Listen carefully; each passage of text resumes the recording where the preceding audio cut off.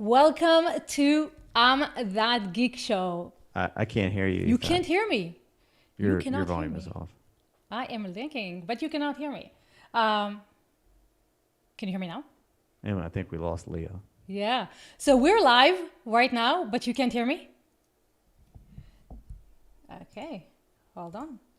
Hey, this is what happens when you do live. Dum da da dum. Can you hear me now? Can you hear me now? Can you hear me? I think we are streaming. Let's make sure we're streaming.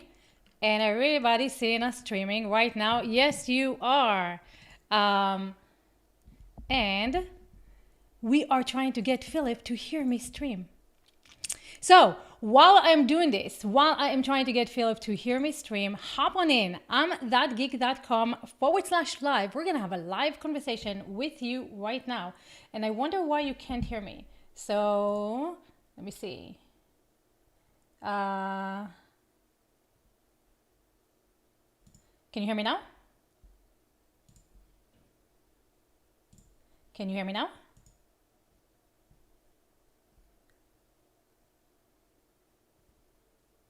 One, two, three. Can you hear me now? Yeah. Yay. Okay, here we are. Ta-da! Take two of our live interactive show where we bring you face-to-face with world experts, authors, speakers, CEO to help you answer the questions about your relationship, your business, and your life so that you can learn from those who have walked these roads before. My name is Yifat Cohen. I am your host. And to be part of this conversation, hop on in to thatgeek.com/live. Right below the video, there is a button. You can hop in and have a conversation with us face to face about the topic today. And today's topic is, do tech platforms have a right to ban businesses, moderate content that is posted on their platform? Is it a right? Is it the demand? Is it something that they have to do? Or are they free for all? Anyone can say whatever they want. So this is a very, very complicated question, legally, ethically, right? Socially, technically. And to do that, to answer that question, to try to tackle this question, I'm going to speak with my guest tonight, Phillip Stutts. Hey, Philip. Hi. So this is our take two. Take two. You and I started this whole conversation with email because you wrote a new book and you were trying to advertise it and you got banned by Facebook. You sent me the email, you sent me the interview that you had on Fox News of, hey, Facebook is not, banned my book.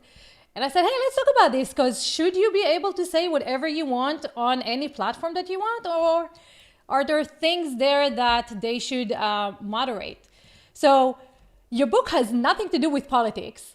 It's all about marketing, and yet Facebook decided to ban it. So let's talk about the book and why was it banned?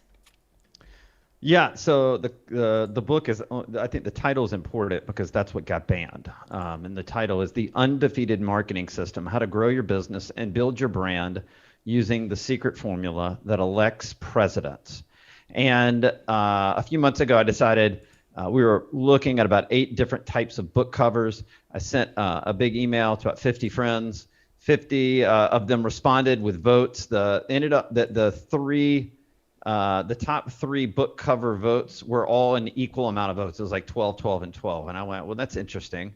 These 3 are definitely hitting a nerve. And I said, I should go on to Facebook and do an A/B test of these particular book covers. And so we got in touch with Facebook, submitted the ad, and all of a sudden they came back and said, your ads have been denied.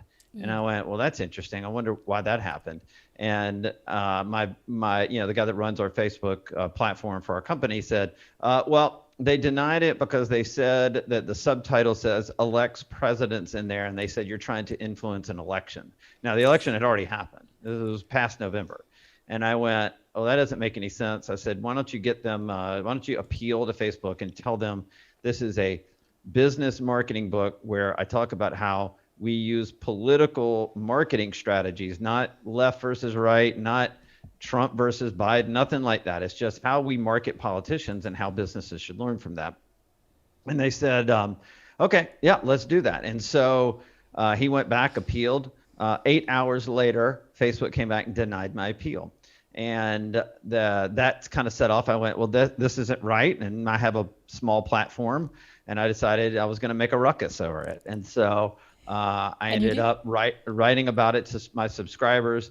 It made its way to Fox News. Fox News decided to run a story on it. And then a national publication called The Federalist asked me to write an article on it. That came out in February. But what happened in between that Fox News hit and the Federalist appearance, or my article in the Federalist, was that I had other business owners reach out to me and tell me similar stories. And I had even one nonprofit that had been banned by their ads by Facebook. And I went, well, this is not right. So I decided to write my article based on the sort of the bigger picture of the social media platforms being banning advertising. Now, we all know that people are posting their thoughts and their opinions on Facebook or on other social platforms, and those have been banned. But this felt like one of the first times that businesses were really getting shut down in advertising their business. Why is that important? Well, first of all, we saw this advertising ban start to take place in 2018 during the elections, the midterm elections in the United States.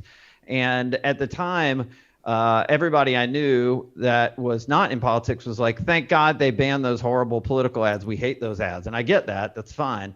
But one of the things that we kind of shouted from the hilltop back then was, if they're coming for us now, they're coming for you next. Yeah. And then all of a sudden, 2 years later, you are seeing more and more businesses get shut down for their ad campaigns and they're not given any reason.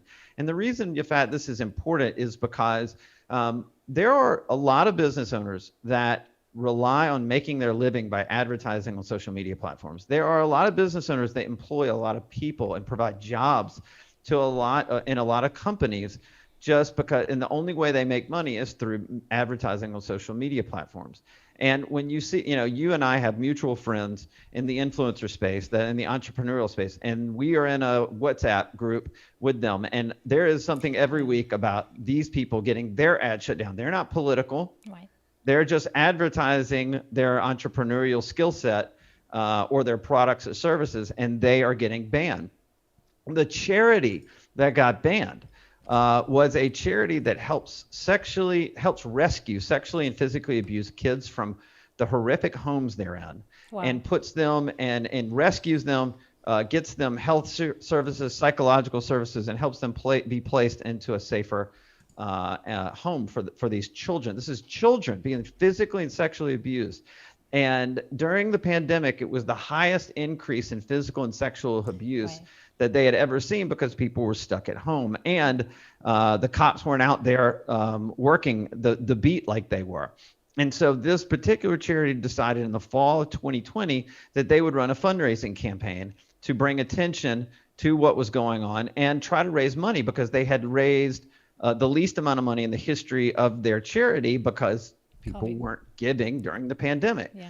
Facebook said that particular organization fell under their issues ad ban, which is something they had in place around the election. And therefore, this charity trying to help sexually and physically save and rescue sexually and physically abused kids was banned from fundraising on Facebook. And then it went into the winter, and they weren't able to. So I went on Fox News. I wrote a national publication in the Federalist. I explained these stories. There was another story, by the way, of a guy named Justin Donald, who is a financial advisor. He wrote a book. It made it #1 on the Wall Street Journal bestsellers list, and it almost didn't happen because Amazon banned him from uploading his book onto their platform because he dared to use the word COVID-19, COVID, and coronavirus in his book about investing. Not health-wise, but investing. He was talking about how he had invested during the pandemic. That was the whole point of his book. And Amazon made him remove those words, or they wouldn't allow him to upload his book onto their platform. And so we are, again, seeing this over and over again. This has nothing to do with someone saying something hateful or hurtful or anything like that. But the more speech suppression comes into play, organically first, paid platforms second, And whether you're right or left, they came after the people on the right first. Now they're coming after anybody. You're just going to continue to see these bannings take place. And the question is, what will Congress do about this? And there is a lot of noise on Capitol Hill right now. But if they're coming for you or they're coming for me, then trust me on this, they're coming for you next. And it doesn't matter if you say something logical. If you're innocent, it doesn't matter. They have the ability to shut your business down and to ruin your business. And, obviously, if you're employing people, take those jobs away. And it's really scary right now. Yeah. You brought up so many things. I'm like, okay, where do I start? Before we dive deeper, I want to say hi to Rob, who's watching us on YouTube. Guys, hop in here. imthatgeek.com/live and let's be part of the conversation, because I know you have something to say about this. So my biggest, I agree with you with the fact that legitimate businesses should be able to advertise themselves, right? But then we're holding all these companies responsible for what is seen and advertised because people are influenced by what they see online, right? Some people think that everything they see online is the truth, right? It's the Bible. Anyone can put whatever they want and that becomes gospel. And so the biggest challenge is kind of like, where is the fine line? There are innocent people like yourself and all our friends that are getting banned. And there are manipulators who can spread their hate, wide as they want, just by putting some money behind it.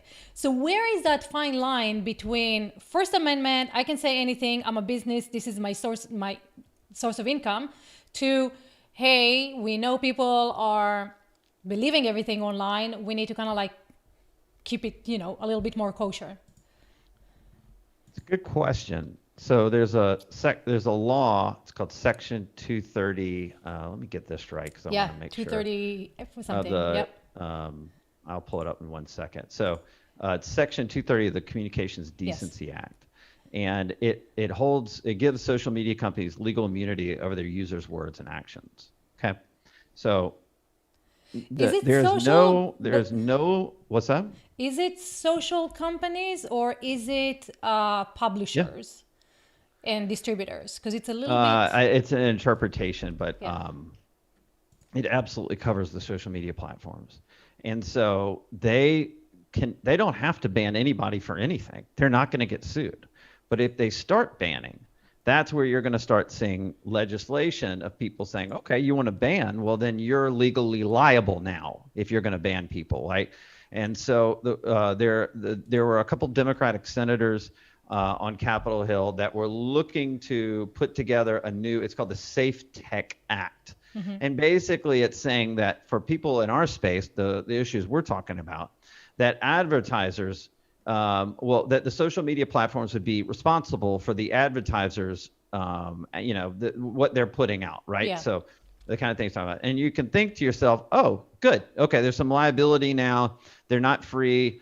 But here's the thing. Once you add liability issues to the social media platforms, they're going to ban more businesses. In fact, they'll ban 100 times more businesses because they don't want to be sued.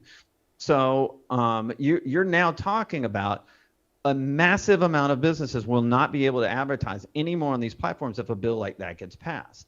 So where's the fine line? I don't know. We have the First Amendment in this country. It's pretty protected. It means that people that are hateful can say what they want to say, and they're not going to go to jail, and they're not going to get punished for it. But now that we've moved into sort of a cancel culture movement, again, be careful what you wish for, okay? It's not like I want to see hateful speech anywhere. I don't. But it's protected under the First Amendment. You can be a radical African American spewing hate about whites, or you can be a white supremacist spewing hate about blacks. You're still protected under the First Amendment. The question is, when you start telling these social media platforms you're protected from legal liability, but you also start banning people from doing that, and then you're putting a lot of businesses in jeopardy, and you're creating something that is causing mass chaos in the social media platforms. And the question is, what happens out of this? We saw this week some kind of new I can't think of the name of it, but a new social media platform was just created by the My Pillow guy, Mike Lindell. Oh yeah. And it's a right-wing Yeah. social media platform. You have Parler, Right. which is a right-wing social media platform. Well, this is what happens, because when you have one platform where everybody gets a voice in it, and then all of a sudden you start banning people, well, then the people banned are going to go create their own thing. So, and then you're going to have, it's kind of like TV 30 or 40 years ago. Yeah. You had 3 channels. Right. And then all of a sudden, there was a breakup, and then all of a sudden cable was created. And then you went from 3 channels to 20 channels. And then eventually it went to 300 to 700 channels. And then it went to streaming. And I think that's what we're going to see in the social media platforms, that the cabal or the reach that these social media platforms have right now is about to get massively Yes. And again, why this is such a delicate topic, because you're right. If people are not allowed to speak on Facebook or YouTube, they're going to go and find Parler and that My Pillow guy, right? So there's going to be a place for those people to congregate. If it's not online. And by the way, the left is going to go create this as well soon enough. I promise. And they have the right to do that. This is not me advocating one way or the other. But when you're shutting people down, right? I mean, think about the New York Post story and the political campaign on Hunter Biden. Now, this is not money spent on advertising, but Facebook and Instagram and Twitter banned the New York Post, a reputable journalistic entity, from their story on Hunter Biden. And they said it was false, that it was Russian disinformation. 6 months later, we found out it's 100% true. Just hear me out. The story of the laptop and the contents in the laptop was true. The story was never proven false, but they banned them anyway. And again, I don't care if you hate Trump or love Trump. This is not me expressing opinion. But when you ban the former president of the United States because he tweets a lot and annoyingly, yes, totally true. That is a problem. Eventually, it's going to catch up with them. Either their business model is going to be massively disrupted, or they're going to face unbelievable legal scrutiny going forward. I think that is a little bit even more complicated, right? Because he is the president. He has a voice, right? And dragging people to go on Capitol Hill, that's a different thing, right? So there's also personal responsibility of the people who are writing and who are tweeting and who are putting content out there, that perhaps the burden of truth should be on the businesses themselves and not the platform where they're advertising, right? So if you advertise something and you defame someone else, or you're hurting someone else, or you're causing problems to someone else, then you, as the business who advertised, is responsible for that. The challenge, Philip, is that I think you said that. Did you say that, where we are information rich and fact poor, something like that? Yeah, I think something to the effect of, we've never had a bigger voice, and we've never felt like our voice hasn't been heard. But most people are not. We've never had a bigger platform for our voice to be heard, and we've never had as many people feel like they're never heard. I mean, it just, everybody is screaming, "You got to listen to me. You got to look at me," and that's and then when they don't feel seen and heard, they immediately start trying to pick fights or cancel people or do whatever. And it really probably has nothing to do with the people they're trying to cancel. It probably has a lot to do with how they feel about themselves. Yeah. But that's another story. And ultimately, what happened to me is that my book cover ad was banned. That's really all that happened. It was not that big of a deal. It's not. There are worse things that have happened, right? Right. But my point is that they came for something as innocuous as a subtitle in my book that says "The Secret Formula That Elects Presidents." Right. And it has nothing to do with right versus left. In fact, I talk in my book about how George W. Bush marketed his campaign to win the presidency in 2000, 2004. I talk about how Barack Obama won the presidency by marketing his campaign in 2008 and 2012. I talk about Trump's 2016 campaign. Then I talk about how Biden won in 2020. This is not a partisan outlook of this book. It's showing how businesses can utilize the secret formula that elects presidents to grow their bottom line. And for some reason, that can't be allowed on Facebook. Now, I tell you all that, and the reality and the end result was after the Fox News hit, after a bunch of other media hits, and after my article, national article in the Federalist, out of nowhere in March of 2021, Facebook, without any notice, lifted the ban. Just And like they that. gave Just like that. with Like, just poof in the wind. They gave you less than 24 hours notice, and they said this. Now, typically when in the ad industry, typically when Facebook changes a rule, they give you a very big runway to make adjustments in your ad campaigns. They tell you these things, and you go, okay, hey, in 2 weeks or 4 weeks, we're going to have to change things. And then they remind you 1,000 different times. Not this time. yeah, So that charity I told you about that was helping rescue sexually and physically abused kids, they had no runway to restart their campaign. They had no runway to create videos or to create messaging or to put together an ad campaign. They literally found out, and then they were like, oh, I guess we can just start back. But it takes them 2, 3, 4 weeks Right. to get where they need to get their targeting plan in place, to get their creative in place, and to get the buy in place, and then to get it accepted, and then to start running it on the platform. So that's what's scary, is that these kind of companies or these kind of nonprofits are now being affected. I'm telling you, it hit the political world, advertising world first. Then it went to the business world. And now we're seeing tons of businesses get banned for no reason and no explanation. And now we're looking at charities that are being affected by this. So again, if they're coming for you now, they're coming for someone else next. And that's what's really scary for me. So, kind of like from a business point of view, it's very weird that they will cut the branch they're sitting on, right? Because all their money is from advertising. And if Facebook is shutting down people, they're going to go to Hulu. They're going to go to Google. They're going to go to YouTube, right? So I'm always trying to figure out what's the reason behind making it so difficult to legitimate businesses and nonprofits and individuals, right, to give the money. It's like, here, take my money. No. Yeah.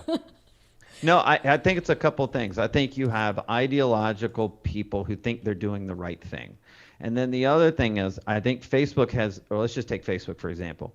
I don't think Facebook has invested in the right people that are monitoring their platform. Yeah. I think they've outsourced it to logarithms. And I think that the logarithms pick up a keyword and then just automatically ban you. And so I think that, and then you appeal it and maybe it goes to a human, maybe it doesn't. But this is problematic. Right. It's very problematic. It's clear that Facebook is doing everything it can to make money and not police this issue, not police the businesses, but police this out of control issue. They are not putting the right people in place, and they're relying on logarithms to make these decisions. And that's just completely scary and completely wrong. And you've been doing this forever, right? Like all the way that you got president-elect is through data and advertising. You will look at the data and then you'll put the ads out there. So we have 20 years on this, right? 25. Something like that. So 25. How have you seen it change through time since? There was no. The internet was a baby, and you couldn't advertise on it in 1996 when I started. Even in 2004, when I was working on the re-election of George W. Bush, we had we called them like the E-team, right? Mm-hmm. But there weren't a lot of ads. We were just kind of posting on, there weren't even social platforms at that point.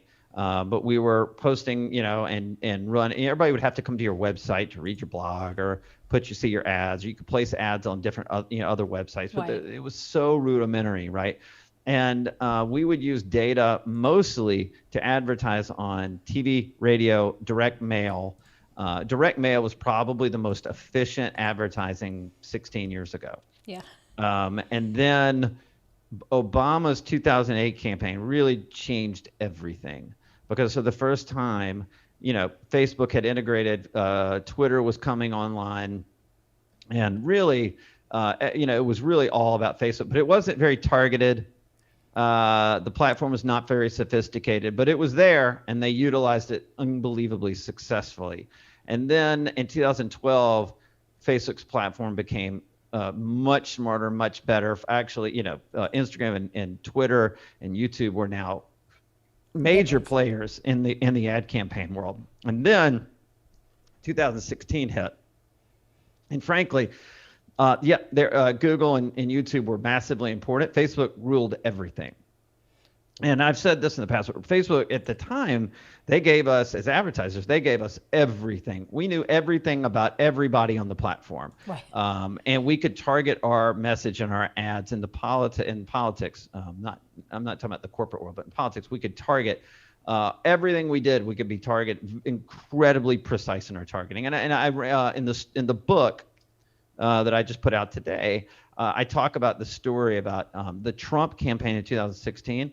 They would find from the data one issue that they knew would resonate, but they didn't know how to message it properly. So what they would do is they would go into Facebook, and they would do 162 versions of one particular ad, 162 different versions. It could be an ad with a red background, a blue background. There'd be a man in it, a woman in it. There'd be a font in the left corner, the right corner, the different font sizes. You would not believe 162. And inevitably, there'd be 8 or 9 of those ads that blew through the roof. That the engagement was so high, they couldn't understand why. They didn't know where it came from. They just knew it worked. And now they knew what ads to run and what ads to put all their money behind, the ones that blew through the roof in their sort of testing phase. And so, at that time, it was probably the most precise marketing campaign that had ever been run in the history of the world. I'm not making this up. And obviously, because Trump won, Facebook faced a backlash. And then there was the Cambridge Analytica story and all these things like that. And so Facebook scaled back big time in 2018. And they started it's not a very effective platform anymore. It's not a very effective platform to convert either customers or to convert a voter. It really isn't. It is a good platform to brand in now. People are everybody's on Facebook, but everybody doesn't buy on Facebook anymore. It just became a less trustworthy platform. And all of a sudden, we saw sort of the peak of the powers around 2016, 2017, even of Google and YouTube. They scaled back in 2018 and especially in 2020 on political ads. And so right now, you're starting to see a disintegration on that side of things. You just don't see. And there was I'll give you one other thing. You find this interesting. I'm gonna pull this out. I just saw this the other day, and the reason I wrote my book, is because what we have found is and this as a marketer, the marketing game today is rigged. Yeah. It's 100% rigged. Yep. And unless you have a systematic approach to marketing, you're going to lose every single time. Forbes has a statistic out right now that says that we are seeing up to 10,000 ads a day online and offline. In a world where there are, you're being put, 10,000 ads a day are being put in front of you. If you're a business owner and you think, I'm just going to run a bunch of Facebook ads and you think that's going to work, you're 1,000% wrong. It's not. And the stat that I saw this week, and I've got it in front of me, so I'm looking at it. There are around 3,000 YouTube influencers that have over 1 million followers or 1 million subscribers. Okay. Wait. 3,000. Real ones or fake ones? No, 3,000 that have over 1 million. Okay? No, but I mean, like those millions, are they fake followers or are they real followers? No, they're real. They're real followers. This is by Media Kicks. And Media Kicks also says that there are around 5 million YouTube influencers right now with around 1,000 subscribers. Yeah. Okay. Well, I'm an influencer. So you got 5 million with 1,000 subscribers, and you have 3,000 with over 1 million subscribers.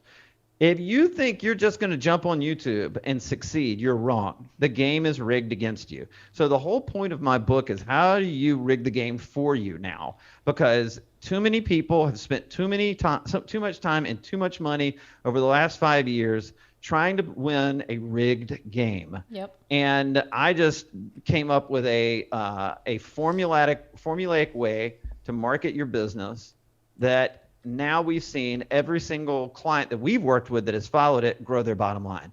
And everything we do eliminates the risk of the business owner, and it creates profits. Every single one of them have created profits in what we're trying to do for them. So that was the whole point. And ultimately, it kind of leads back to our discussion. The game is rigged against you in the advertising world. It just is. And there's nothing you can do. And another stat that blew my mind, or two more I'll throw out. Right now, CompuWare has a stat out there that says 88% of all consumers, if they have one bad experience on your website, will never come back. So if your brand is off just a little bit, if your brand doesn't speak to what people want to see from you, you're going to be out of business, because they're going to go to your website, and we've all done it. You go to somebody's website and you go, not from me. And you swipe out and you never go back. And the other one is, this is one for the e-commerce world. Okay.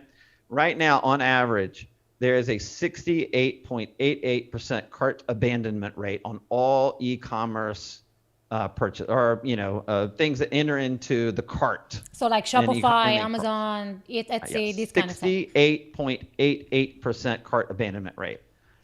And so in my book, I lay out, how do you get, when somebody abandons the cart, how do you get them back in the fold? How are you taking your average, whatever it is, let's say it's 60%, and reducing it to 15%? Because we've proven a way to do that people can follow, and it will give them exponential results. And my thing is this, that again, the game is rigged. If you don't know you need to have a marketing campaign for cart abandonment, you're going to lose. If you don't know that 88% of all consumers, B2B, B2C e-commerce, have one bad experience on your website, they're never coming back, you're going to lose the game. If you think that you have a chance in hell to have 1 million subscribers on YouTube without knowing how to properly build that platform, you're going to lose. And if you're running an ad and you're selling shoes, and you think you're competing against other shoe sellers on the internet, you're wrong. You're competing against 10,000 ads a day. That could be hair care products. It could be eyeglasses. It could be dresses. It could be influencers. It could be anything, but you're going to lose. And so I had to figure out a way, and there is an outlier strategy in electing presidents that if businesses follow, they would have exponential results. And so just to make clear, the system is based on ads as well, or is it based on different aspects, different strategies outside of ads? It's based on your entire marketing campaign, ads and non-ads. Yep. Including everything. So I just want to share that David Leopard says, great comment, branding, very important. And Dana is saying, I've been watching this situation evolve, and it's rather concerning. It's a cause of a lot of anxiety, and crossing that fine line seems to change constantly. And that's one of the things, right, that we're always seeing. Everything changes so very fast, so very quickly. And you're kind of like on the cutting edge of that, right? Of everything changing very quickly because you're in the game.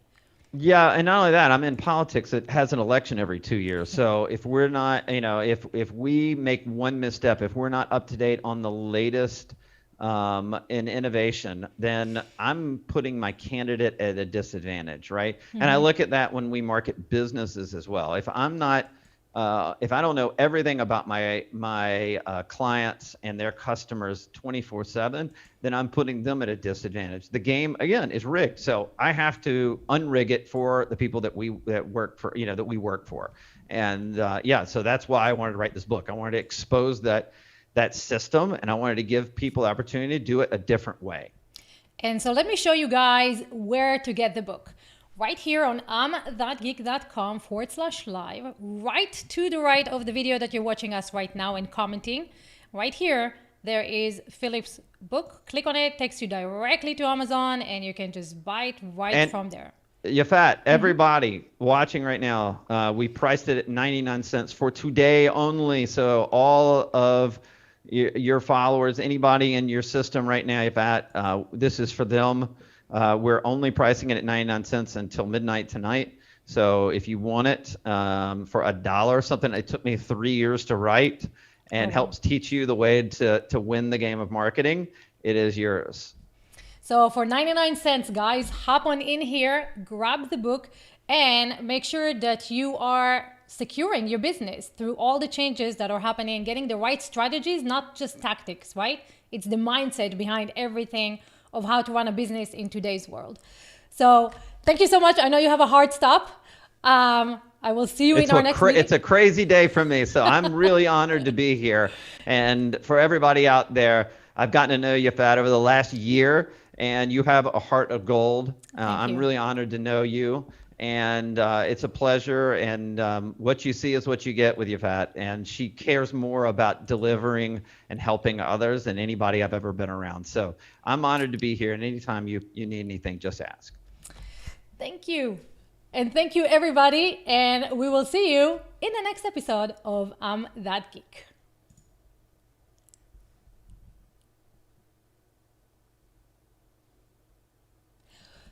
If you don't want to miss a show like today, hop on in to imthatgeek.com/RSVP, enter your name and email, and every time we go live, you'll be the first to know.